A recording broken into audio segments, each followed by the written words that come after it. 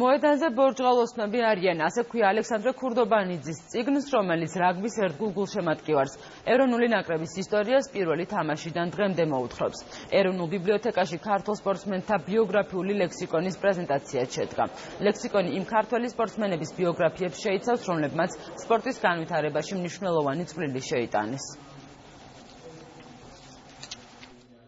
წიგნში არის მოთხრობილი საქართველოს ნაკრების ისტორია პირველი თამაშიდან შარშანდელი მსოფლიო ჩემპიონატის ჩათვლით.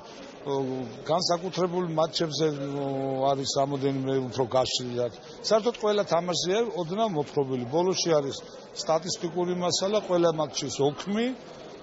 და რადგან ფედერაციაში მუშაობდი, ცოტა შიგნიდან დანახული კუთხით ყვები ამ ბიჭებს. ეს არის ძალიან მნიშვნელოვანი წიგნი, ბატონი ალექსანდრეს წიგნი, რეალურად იმ სპორტზე, რომელიც ჩვენი იდენტობის ნაწილად იქცა. ეროვნულ ბიბლიოთეკაში გაიხსნება სპორტის დარბაზი, სადაც იქნება მუდმივი მოქმედი გამოფენა და ამ მიმართულებით ბევრი ღონისძიება გაიმართება.